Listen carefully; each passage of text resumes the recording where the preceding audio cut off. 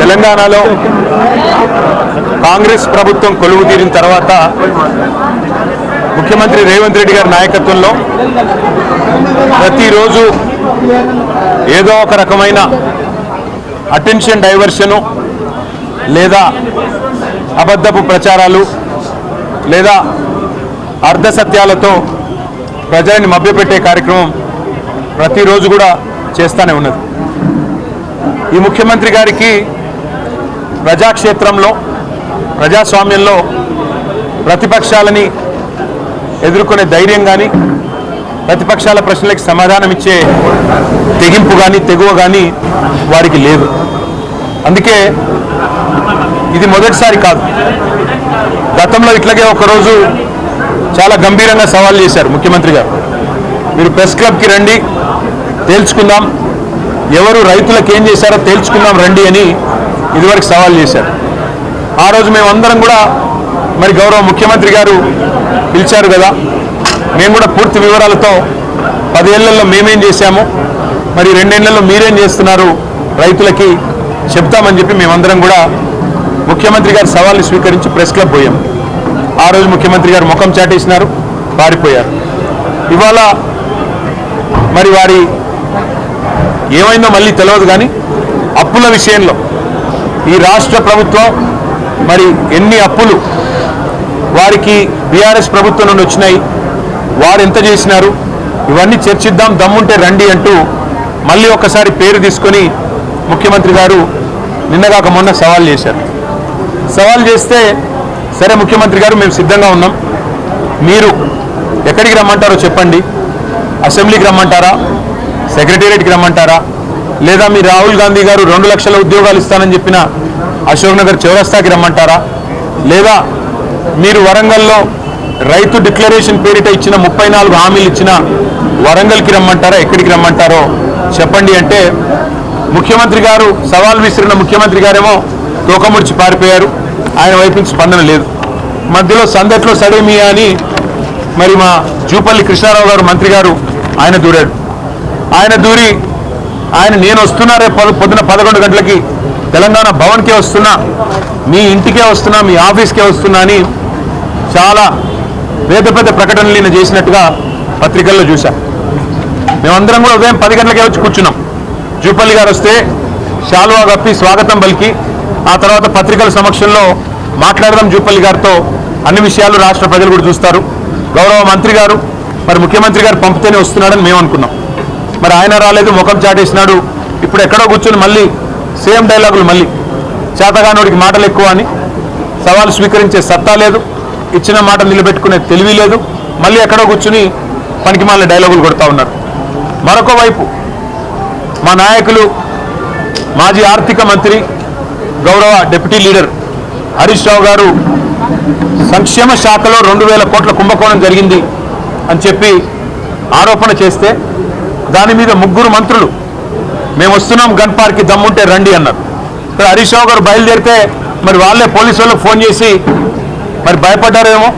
ఎక్కడ హరీష్ రావు గారు, మా నాయకులు మా శ్రీనివాస్ గౌడ్ గారు, మా ఆర్ఎస్ ప్రవీణ్ కుమార్ గారు ఎక్కడ మళ్ళీ వచ్చి వాస్తవాలు చెప్తే ప్రజల ముందు పరువు పోతుందని ఇక్కడ మా తెలంగాణ భవన్లో బయలుదేరిన మరుక్షణంలోనే పోలీసుల చేత అరెస్టు చేయించి ఇప్పుడు కంచన్బాగ్ పోలీస్ స్టేషన్కి తీసుకొని పోతా ఉన్నారంట. నేను రాష్ట్ర మంత్రులను అడుగుతా ఉన్నా. ఒక మంత్రి ఏమో తెలంగాణ భవన్కి వస్తా అంటాడు, పారిపోతాడు. 3 మంత్రులేమో రండి గన్ పార్క్ అంటారు.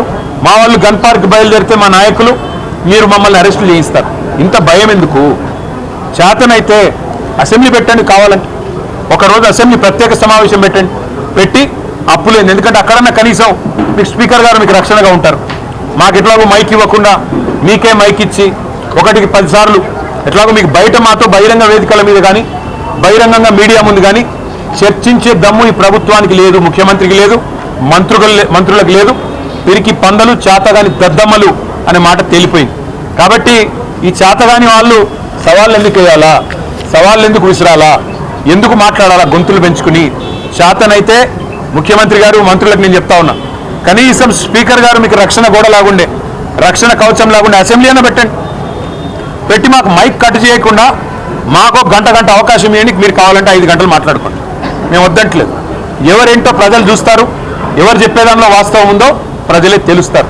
అంతేగాని ఈ చాతగాని డైలాగులు, మళ్ళీ చాతగాని సవాళ్ళు విసిరి పారిపోవడం, దీనివల్ల ప్రజాక్షేత్రంలో మీ డొల్లతనం, ప్రజాక్షేత్రంలో మీ అసమర్థత, మీ అవినీతి మళ్ళొకసారి మీది మీరే చెప్పుకున్నట్టు అయిందని చెప్పి కూడా తెలియజేస్తూ, ఇవాళ చాలామంది పిల్లలు, దాదాపు ఒక 100 మంది పిల్లలు అందరూ కూడా పోలీస్ కానిస్టేబుల్ ఉద్యోగాల కోసం ప్రిపేర్ అవుతున్న పిల్లలు, గ్రామీణ ప్రాంతాల నుంచి, జిల్లాల నుంచి ఇక్కడికి వచ్చి దిల్సుఖ్ నగర్లో మరి వాళ్ళ తల్లిదండ్రి కష్టపడి నెలకొక 4-5 వేల రూపాయలు పంపిస్తే అందులో అవస్థలు పడుతూ పీజీ అకామిడేషన్లలో ఉంటూ, వర్కింగ్ విమెన్స్ హాస్టళ్లలో ఉంటూ, చుట్టాల ఇళ్లలో ఉంటూ అవస్థలు పడుతూ ప్రిపేర్ అవుతున్న పిల్లలు ఇవాళ తెలంగాణ భవన్కి వచ్చారు.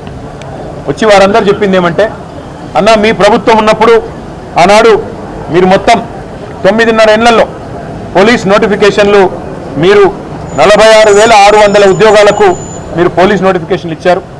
2016లో ఇచ్చినప్పుడు 9,281 పోస్టులకు ఇచ్చినారు. సబ్ ఇన్స్పెక్టర్లు 539 మందికి ఇచ్చారు. అట్లాగే 2018లో మళ్ళొక నోటిఫికేషన్లో 18,428 మందికి నోటిఫికేషన్లు ఇచ్చారు. దాంతోపాటు సబ్ ఇన్స్పెక్టర్లు 1,271 పోస్టులు ఇచ్చారు. మళ్ళీ 2022లో కూడా మీరు 16,614 ఉద్యోగాలకు నోటిఫికేషన్ ఇచ్చారు. సబ్ ఇన్స్పెక్టర్లు కూడా 554 మందికి ఇచ్చారు.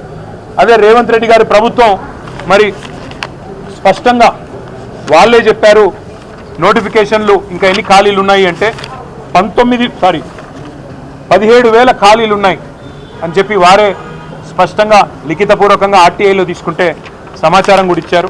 కానీ మరి పోస్టులు పిలిచే కాడికి వచ్చేసరికి మాత్రం ఇవాళ కేవలం 5,000 ఉద్యోగాలు పిలుస్తామంటున్నారు. మేమందరం ప్రిపేర్ అవుతున్నాం, ఏజ్ రిలాక్సేషన్ కోసం ఎదురు చూస్తున్నాం. రేవంత్ రెడ్డి గారే 32 కాదు 34 ఏళ్ళు అని చెప్పి మినహాయింపిస్తాను మాట ఇచ్చారు. ఇది ఆయన ట్విట్టర్లోనే రేవంత్ రెడ్డి గారు పెట్టింది. 56,000 ఉద్యోగాలు ఇస్తానని చెప్పి 56,000 కొలువులు భర్తీకి రెడీగా ఉన్నది ప్రభుత్వం అని రేవంత్ రెడ్డి గారు, అందులో 12,000 పోలీసు ఉద్యోగాలని ఆయనే చెప్పి ఆయన ట్విట్టర్ అకౌంట్లో పోస్ట్ చేసింది కూడా తీసుకొచ్చారు. తీసుకొని రావడంతో పాటు మీరు ఇందులో చెప్పిన మాట, మేము గతంలో కూడా భర్తీ చేశాం, భవిష్యత్తులో కూడా భర్తీ చేస్తామని కేసీఆర్ గారు ఆయన గవర్నమెంట్లో ఇచ్చిన నోటిఫికేషన్లు కూడా తన ఖాతాలో వేసుకొని ముఖ్యమంత్రి గారు మభ్యపెట్టే ప్రయత్నం చేస్తూ ఉన్నారు. ప్రియాంక గాంధీ గారు స్వయంగా వచ్చి జాబ్ క్యాలెండర్ అని చెప్పి యూత్ అదేంటి డిక్లరేషన్ అని చెప్పి మా అందరికీ కూడా మాటిచ్చారు. ఉద్యోగాలు వచ్చేంత వరకు నెలకు 4,000 నిరుద్యోగ భృతి ఇస్తామన్నారు. ఏది జరగలేదన్నా కనీసం మాకు ఉద్యోగాలన్నా రావాలి అంటే 20,000 ఉద్యోగాలకు నోటిఫికేషన్లు ఇచ్చే విధంగా మీరు ప్రభుత్వాన్ని డిమాండ్ చేయండి అంటూ పిల్లలందరూ కూడా వచ్చి మరి వారు కలిశారు. వారందరు చుట్టూ తిరిగారు. ఎమ్మెల్యేలు, డిప్యూటీ సీఎం, ఇగో డీజీపీని కూడా కలిశారు. కలిసి అడిగారు, అయ్యా మీరు చెప్పిన మాటే, మేము అడుగుతున్నది ఏది గొంతమ్మ కోరికలు కావు, మీరు చెప్తున్న మాట మీడియాలో స్పష్టంగా ప్రభుత్వమే ఇచ్చిన వివరాలు ఏవైతున్నాయో వాటి ఆధారంగానే మేము అడుగుతా ఉన్నాం. మీరిచ్చిన యూత్ డిక్లరేషన్ ఆధారంగానే అడుగుతున్నాం. 2 లక్షల ఉద్యోగాలు మొదటి సంవత్సరంలో చేస్తా అన్నారు. సరే 2.5 సంవత్సరాలు అయిపోయింది, ఇప్పటి వరకు 12,000 ఉద్యోగాలు కూడా మీరు భర్తీ చేయలేదు. చేయకపోగా నిరుద్యోగ భృతి అన్న మాటను ఎక్కడో గంగలో ఎక్కడో ముంచేసినారు. 4,000 రూపాయలు ఒక్కొక్క నిరుద్యోగికి అన్నారు, ఒక్కరికి ఇవ్వలేదు. కనీసం మేము 4 ఏళ్లుగా శిక్షణ పొందుతున్నాం, మా తల్లి తండ్రి అవస్థలు పడి మమ్మల్ని హైదరాబాద్లో ఇక్కడ ఉంచి నెల నెల డబ్బులు పంపి మా కొడుకు లేదా మా కూతురు గవర్నమెంటు ఉద్యోగం వస్తే ఒక సామాజిక భద్రత, సమాజంలో ఒక గౌరవం ఉంటుంది, భవిష్యత్తు బాగుంటుందనే ఉద్దేశంతో మమ్మల్ని కష్టపడి చదివిస్తున్నారు. ముఖ్యమంత్రి గారేమో నిన్నగాక మొన్న శిల్పకళా వేదికలో మాట్లాడుతూ ఎండ్రిని దాగి చావండి అని కూడా అడ్డగోలుగా మాట్లాడుతూ ఉన్నారు. మాకు లేని ఆలోచన, మమ్మల్ని లేనిపోని విధంగా రెచ్చగొట్టే విధంగా మాట్లాడుతున్నాడు. ఉద్యోగాల నోటిఫికేషన్ల విషయంలో మీరు ప్రభుత్వాన్ని డిమాండ్ చేయండి. 20,000 ఉద్యోగాలు కానిస్టేబుల్ ఉద్యోగాల భర్తీకి ప్రభుత్వం వెంటనే చర్యలు తీసుకునే విధంగా మీరు మా తరపున పత్రికలతో మాట్లాడండి, పత్రికా ముఖంగా మీరు ప్రభుత్వానికి విజ్ఞప్తి చేయండి, ఉత్తరం రాయండి, అన్ని ఖాళీలు అన్ని వివరాలతో వారికి విజ్ఞప్తి చేయండి, అసెంబ్లీలో కూడా ప్రశ్నించండి అంటూ వాళ్ళందరూ కూడా ఇవాళ మమ్మల్ని కలవడానికి వచ్చారు. వారికి నేను చెప్పింది ఒకటే, కేసీఆర్ గారి ప్రభుత్వం 9.5 సంవత్సరాల్లో 95% మనం స్థానికులకే ఉద్యోగ అవకాశాలు కల్పించే విధంగా భారతదేశంలోని 28 రాష్ట్రాల్లో ఏ రాష్ట్రంలో లేని విధంగా విద్యలో ఉపాధి అవకాశాల్లో ప్రభుత్వ కొలువుల్లో 95% స్థానికులకే రిజర్వేషన్ కల్పించిన ఒకే ఒక్క ప్రభుత్వం కేసీఆర్ గారి ప్రభుత్వం.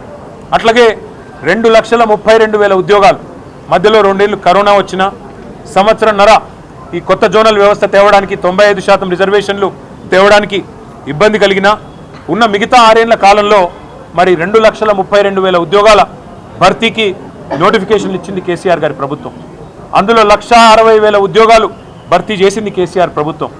దాదాపు 46,000 పైచిలకు పోలీసు ఉద్యోగాలు భర్తీ చేసింది కేసీఆర్ ప్రభుత్వం.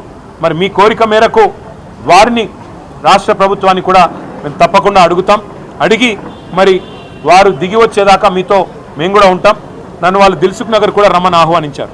అన్న మీరు రండి, మేమందరం దిల్సుఖ్ నగర్లో ఉన్నాము, మీరు రండి అంటే తప్పకుండా తొందరలో దిల్సుఖ్ నగర్ కూడా వచ్చి మిమ్మల్ని కలుసుకుంటానని చెప్పి ఆ పిల్లలకు మాటిచ్చాను. ఇవాళ వచ్చిన 100 మంది కాదు, అక్కడ వేలాది మంది ఉన్నారు. వారందరినీ కలుస్తాం. వారందరిలో కూడా ఒక ఆత్మవిశ్వాసాన్ని నింపే ప్రయత్నం, వారందరిలో కూడా ఈ రాష్ట్ర ప్రభుత్వం ఇచ్చిన దొంగ హామీలు, ఈ రాష్ట్ర ప్రభుత్వం చెప్తున్న దొంగ మాటలు, ఇవ్వని ఉద్యోగాలు ఇస్తున్నట్టుగా చేస్తున్న నటనలు, ఇవన్నీ కూడా బయట పెడతాం. ఈ చేతగాని అసమర్థ ప్రభుత్వం దిగిపోయేదాకా వారితో పాటు భుజం భుజం కలిపి ముందుకు నడుస్తామని చెప్పి మీకు తెలియజేస్తూ ఇప్పుడు కొంతమంది పిల్లలు కూడా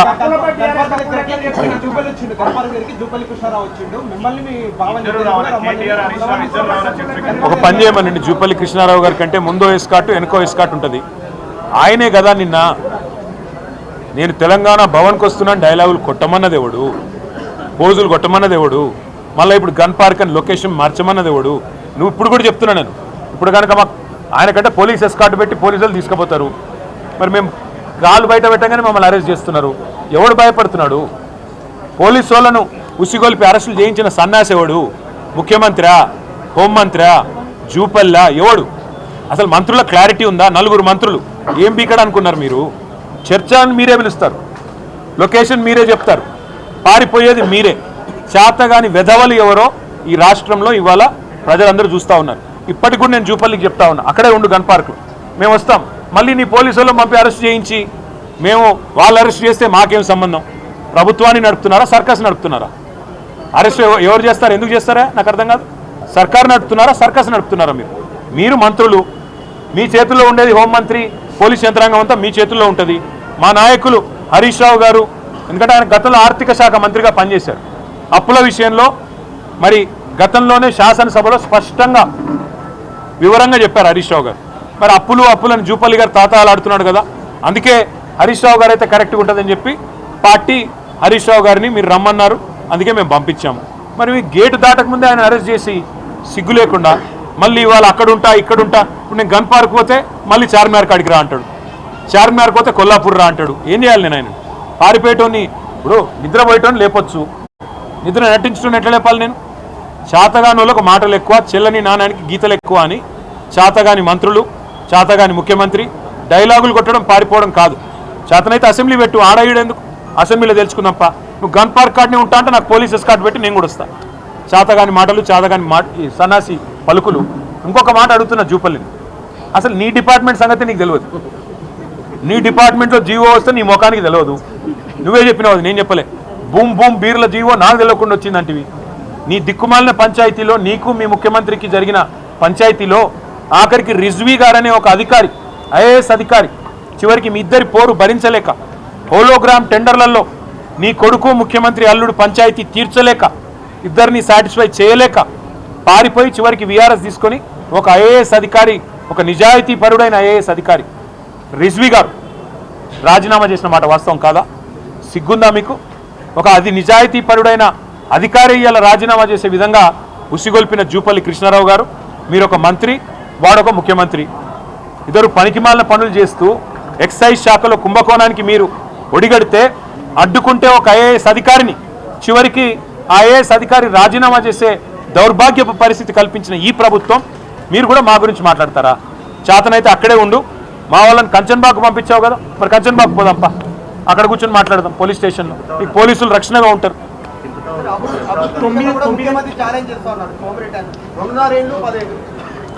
ముఖ్యమంత్రి గారి అభివృద్ధి అంటే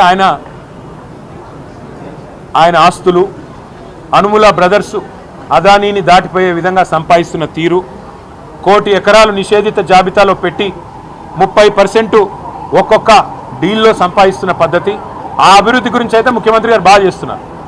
రాష్ట్ర అభివృద్ధి అంటే ఇవాళ రేవంత్ రెడ్డి గారిని ఎక్కడికైనా పోలీసు రక్షణ లేకుండా ఈ రాష్ట్రంలో ఆయన ఎక్కడికైనా రమ్మనండి. అశోక్ నగర్కి వస్తాడా, దిల్సుఖ్ నగర్కి వస్తాడా, పోనీ గాంధీ భవన్కి వస్తాడా, ఎక్కడికి వస్తాడా అడగండి, మేము కూడా వస్తాం. ఎంతసేపు చేతగాని వాడు, ఎంతసేపు అసమర్థుడి జీవనయాత్రలాగా తన అసమర్థత కప్పిపుచ్చుకోవడానికి 9.5 ఏళ్ళు, అంతకుముందు 55 ఏళ్ళు గుడ్డి గుర్రాల పనులు తోమినరా. కాంగ్రెసే కదా ఈ రాష్ట్రంలో ఉన్నది, ఎవడున్నాడు అది అంతకంటే ముందు? నువ్వే కదా చెప్పినావు రేవంత్. గతంలో మీ నాన్నగారు చనిపోతే కరెంట్ ఇవ్వలేని పరిస్థితిలో ఉన్న కాంగ్రెస్ ప్రభుత్వం వల్ల బావి కాడికి పోతే స్నానం చేసే నీళ్లు లేవు, చివరికి అక్కడ నెత్తి మీద నీళ్లు చల్లుకొని పోయినా అని చెప్పి తెలుగుదేశం శాసనసభ్యుడిగా ఉన్నప్పుడు ఇదే రేవంత్ రెడ్డి గారు అసెంబ్లీలో కాంగ్రెస్ ప్రభుత్వం మీద దుమ్మెత్తి పోసిండు. ఇలా అదే రేవంత్ రెడ్డి గారు కాంగ్రెస్ అంటేనే కరెంటు, కాంగ్రెస్ అంటేనే ఉచిత విద్యుత్తు అని డైలాగులు కొడితే నేను నిన్ననే చెప్పిన, ఆ జులై సినిమాలో బ్రహ్మానందం లాగా రేవంత్ రెడ్డికి తొందరగా దొరికిపోతాడు. ఏది చెప్పినా ఆ గతంలో ఆయన మాటలే ఉంటాయి, మనం కొత్తగా చెప్పేది కూడా ఏం లేదు. వెంటనే 5 సెకండ్లో దొరికిపోతాడు, అదే ఆయన స్పెషాలిటీ. 9.5 ఏళ్లలో టీఆర్ఎస్ ప్రభుత్వ హయాంలో కేవలం 2,80,000 కోట్లు అప్పు చేశారని మీరు చాలా సందర్భాల్లో నేను చెప్పడం కాదు తమ్ముడు, కేంద్ర ప్రభుత్వం చెప్పింది, రిజర్వ్ బ్యాంక్ చెప్తున్నది, కాగ్ చెప్తుంది. నేను అనేది ఏమంటే కాగ్ చెప్పింది నమ్ముదామా, కాంగ్రెస్ వల్ల కాకి లెక్కలు నమ్ముదామా? కాగ్ లెక్కలు బెటరా, కాకి లెక్కలు బెటరా?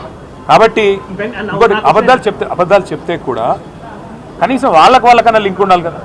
ఇప్పుడు నిన్న ఒకటే వేదిక మీద ముఖ్యమంత్రి గారు, డిప్యూటీ సీఎం గారు, ఒక ఆయననేమో రైతుల కోసం 1,75,000 కోట్లు ఖర్చు పెట్టాం 30 నెలల్లో అని గంభీరమైన ప్రసంగం ఒక ఆయన చేస్తాడు.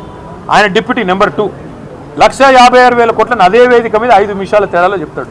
ఎవరిని నమ్మాలా? అంటే వాళ్ళకే అబద్ధాల విషయంలో కూడా పొంతం లేదు. ముందు వాళ్ళు సింక్ అయితే మంచిది. అంటే లోక్సభలో వివరాలు చెప్పినా, ఆర్బీఐ లెక్కల ప్రకారం మీరు కాగ్ చెప్పినా, ఇన్ని చెప్పినా కూడా 8 లక్షల కోట్లని ముఖ్యమంత్రి నుంచి మంత్రులు ఈ విధంగా ప్రచారం చేయడానికి మీరు ఎట్లా ఏముంటుంది బ్రదర్? ఇప్పుడు నేతి బీరకాయలో నెయ్యి ఎంతుందో, మైసూర్ బోండాలో మైసూర్ ఎంతుందో, రేవంత్ రెడ్డి మాటల్లో నిజాయితీ గంతే ఉంటుంది. రేవంత్ రెడ్డి అనేవాడు 50 లక్షల రూపాయలతో దొరికిన దొంగ. అట్లాంటి దొంగ మాటలకు విలువే ఉంటుంది, విశ్వసనీయతే ఉంటుంది. ఆయన కింద పనిచేసే చిన్న దొంగలకు విలువే ఉంటుంది, విశ్వసనీయతే ఉంటుంది. వాళ్ళు మాట్లాడే మాటలు కాకి లెక్కలు నోటికి వచ్చినట్టు చెప్తామంటే ఎవడు పట్టించుకుంటాడు? నాకు అర్థం కాదు. చేతగానోడు ఇవాళ ఏం మాట్లాడితే ఏం లాభం? 100 రోజుల్లో 6 గ్యారెంటీలు అన్నాడు, 2 లక్షల రుణం మాఫీ చేస్తా అన్నాడు, ఇంకా నానా పిచ్చవాగుడంతా వాగాడు. ఒక్కటన్నా చేశాడా? ఇవాళ ప్రజలు అదే అడుగుతున్నారు. ఏ పని చేయకుండా నువ్వెందుకు ఎక్కువ మాట్లాడతావు? నాకు అర్థం కాదు. నిజంగా నీ దగ్గర లెక్కలుంటే పెట్టు. ఇవాళ ఇక్కడికి రావడానికి భయం ఏంటి? జూపల్లి కృష్ణారావు నువ్వే కదా చెప్పినావు, నేను వస్తా 11 గంటలకని. ఎవడు కొట్టమన్నాడు? తొడగొట్టి సవాల్ చేయమన్నాడు. మళ్ళీ ఇక్కడికి రాకుండా పారిపోయి మా వాళ్ళని అరెస్ట్ చేయించి నీ దగ్గరకు వస్తుంటే ఇంకా మళ్ళీ పైకి వెళ్ళి మీరు మీడియా వాళ్ళు వాళ్ళ అబద్ధాల సొల్లుపురాన్ని మీరు ఎండగట్టాలి. నిజానికి ఏది వాస్తవం మీరు పెట్టండి మీడియాలో చర్చ, మేము వస్తాం.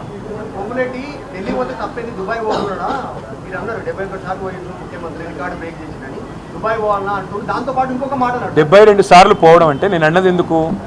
ఢిల్లీ పోతే నాకు ఎవడు ఇజ్జత్ ఇస్తలేడు అని నువ్వే అంటున్నావు. మరి ఎవడు పిలుస్తుండే నిన్నాడా? 72 సార్లు పోయి నువ్వు పీకింది ఏంది? 72 పైసలు తెచ్చినావా అని నేను అడిగిన. నువ్వు దుబాయ్ పోతావా, లండన్ పోతావా, హార్వర్డ్ బిజినెస్ స్కూల్ పోతావా, ఎడపోతే నాకెందుకు? కానీ పొంగులేటు చేయాల్సిన పని ఏంటంటే అసలు నీ డిపార్ట్మెంట్లో 1 కోటి ఎకరాల నిషేధిత జాబితాలు ఎందుకు పెట్టినావు? నీ కొడుకు వట్టినాగులపల్లిలో నీ కొడుకు ఇవాళ కంపెనీల మీద పడి భూములు ఎందుకు లాక్కుంటున్నాడు? ఆయన మీద కేసులు పెట్టిన అధికారులు ఎందుకు ట్రాన్స్ఫర్ అవుతున్నారు తెల్లారి కల్లా? అది చెప్పు. 20 లక్షల ఇల్లు కడితేనే ఓట్లు అడుగుతా అన్నావు కదా, ఇందిరమ్మ ఇల్లు. 20 లక్షల మంది గృహప్రవేశాలు చేయించే ఓట్లు అడుగుతా అన్నావు కదా. చేతనైతే అది నిలబెట్టుకో. తెల్లారు లేస్తే రోజు సొల్లెందుకు?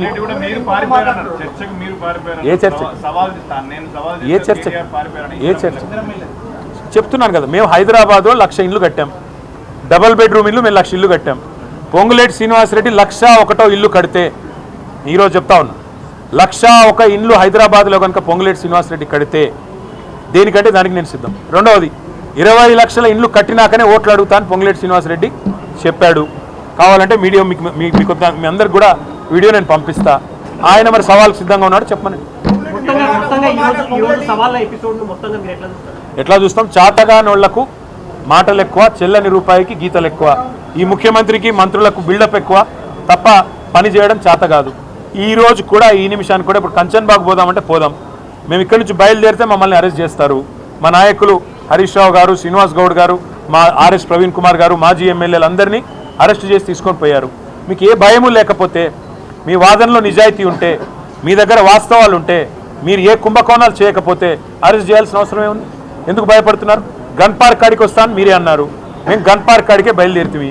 మొదలు ప్రెస్ క్లబ్ అంటిమి, కాదు మీరు గన్ పార్క్ అన్నారు, గౌరవ మంత్రులు కదా అని ఆడికే బయలుదేరినాము. మళ్ళీ అక్కడికి పోతా అంటే అరెస్టు. ఇప్పుడు కూడా జూపల్లి కృష్ణారావు గారు ఇక్కడికి వస్తానని చెప్పి 11 o'clock అన్నారు, ఇప్పుడు 12:30 అవుతుంది. మేము ఇంకా ఇక్కడ ఎదురు చూస్తూనే ఉన్నాం. షాల్వా రెడీగా ఉంది, మంత్రి గారి కుర్చీ కూడా రెడీగా ఉంది, మైకులు రెడీగా ఉన్నాయి, కెమెరాలు కూడా రెడీగా ఉన్నాయి. ఇప్పటికైనా వస్తానంటే మంత్రి గారి సేఫ్టీ బాధ్యత నాది, రమ్మనండి. రేవంత్ రెడ్డి 34 వరకు నేనే ముఖ్యమంత్రి అంటున్నారు. రేవంత్ రెడ్డి అట్లేం లేదు, వచ్చే ఎన్నికల్లో ఎవరైతే ముఖ్యమంత్రి తెలియదు. వచ్చే ఎన్నికల్లో ముఖ్యమంత్రి కేసీఆర్ గారు అవుతారు, రాసి పెట్టుకోండి. ఈ గురుకుల టెండర్లకు సంబంధించి 1100 కోట్ల టెండర్లు అయితే 2000 కోట్ల అవినీతి ఎట్లా జరిగింది? గన్ పార్క్ దగ్గర అదే సోదరా, మా వాళ్ళని అరెస్ట్ చేయకుండా ఆడికి వస్తే అన్నీ తెలుస్తాయి కదా. మీరు అంత భయపడుతూ ఇదేమన్నా మోనోలాగ్ మాత్రమా? డైలాగ్ కావాలంటే ఇద్దరు రావాలి. నేను ఒక ఏకపాత్రాభినయం చేస్తా, ముగ్గురం కూర్చుని అంటే మరి మీ పోలీసు వాళ్ళకి చెప్పండి, కంచన్బాగ్లో ఉండే మా నాయకులను వదిలిపెట్టమనండి, అందరూ స్ట్రైట్గా గన్ పార్క్ వస్తాం, మీకు నిజాం క్లబ్లో భోజనం మేమే అరేంజ్ చేస్తాం, బ్రహ్మాండంగా మీకు మీడియాకు అందరికీ అరేంజ్ చేస్తాం, మా ఖర్చులతో మంత్రులకు కూడా బోవ పెడతాం, కావాలంటే 5 రూపాయల అన్నపూర్ణ క్యాంటీన్ ఉంది కదా, అక్కడ అందరం కలిసి తిందాం, గన్ పార్క్లో మాట్లాడుకుందాం. సవాళ్ళు ప్రతి సవాళ్ళు నడుస్తున్నాయి, ఇదంతా నడుస్తుంది.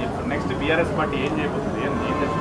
ఎదురు చూస్తాం మంత్రుల కోసం. అసెంబ్లీ వస్తుందా చూద్దాం, మా పని మేము చేస్తాం. ప్రజాపాలన అంటున్నారు కదా, ఈ ప్రజాపాలనలో జరుగుతున్న అవినీతి, ఈ ప్రజాపాలనలో మీరు చేస్తున్న వింత వింత కార్యక్రమాలు, మీరు చేస్తున్న విడ్డూరమైన పనులు, మీ అన్నదమ్ముళ్ళు రేవంత్ రెడ్డి గారి అన్నదమ్ముళ్ళు, రేవంత్ రెడ్డి గారి అనుయాయులు చేస్తున్న దోపిడీ, ఇట్లా ఒక్కొక్క వర్గాన్ని వంచిస్తున్న తీరు. ఇవాళ పిల్లల్ని మోసం చేసి 2 లక్షల ఉద్యోగాలని చెప్పి, సంవత్సరంలో 2 లక్షల ఉద్యోగాలు ఇస్తామని చెప్పి పిల్లలందరినీ మోసం చేశారు. 19,000 ఉద్యోగాలు ఖాళీగా ఉంటే ఇవాళ 5,000 ఉద్యోగాలని చెప్పి రేవంత్ రెడ్డి గారు చెప్తా ఉన్నారు. ఇంతవరకు అది కూడా నోటిఫికేషన్ ఇవ్వలేదు. అందుకే నేను అనేది, ఒక్కొక్క వర్గాన్ని కలుస్తాం, కాంగ్రెస్ వాళ్ళకు చేసిన మోసాన్ని వివరిస్తాం. రైతు సంగ్రామ సదస్సు ఎట్లా అయితే రైతు డిక్లరేషన్ జరిగిన వరంగల్లో పెట్టామో, అట్లాగే యువజన డిక్లరేషన్, ఎస్సీ ఎస్టీ డిక్లరేషన్, అట్లాగే బీసీ డిక్లరేషన్, మైనారిటీ డిక్లరేషన్, అట్లాగే విద్యార్థి డిక్లరేషన్, ఇవన్నిటికీ సంబంధించి కార్యక్రమాలు తీసుకుంటాం. ఆయా వర్గాలకు కాంగ్రెస్ చేసిన మోసాన్ని తప్పకుండా వివరిస్తాం, అందరినీ చైతన్యవంతులు చేస్తాం. ఇప్పుడు పిల్లలు మాట్లాడతారు, దయచేసి వాళ్ళ వర్షన్ వినండి అని చెప్పి నా ప్రార్థన. అడ్డగోలుగా మా జీవితాలతో ఆడుకుంటున్న కాంగ్రెస్ ప్రభుత్వానికి మరియు రేవంత్ రెడ్డి గారికి ఈరోజు నేను ఒకటే చెప్దాం అనుకుంటున్నాను. మేము గత ప్రభుత్వంలో మీ అంత హై క్లాస్గా ఉండకపోయినా ఇట్లా రోడ్ల మీద అయితే పడలేదు ఎప్పుడు. మరియు మీరు ఇస్తా అన్న జాబులు మరియు మీరు ఇస్తానన్న స్కాలర్షిప్లు అవి గాలికే పోయినాయి. మా బతుకులతో ఇట్లా ఆడుకుంటున్నావు, నీకేం అధికారం ఉందని చెప్పేసి ఈరోజు నేను ప్రశ్నిస్తూ ఉన్నాను. అది కాక ఇప్పుడు మా జీవితాల కన్నా కూడా నీకు అప్పులు అవన్నీ ఎక్కువైపోయినాయి. అవన్నీ డైవర్షన్ పాలిటిక్స్ అనే ఈరోజు నేను చెప్తా ఉన్నాను.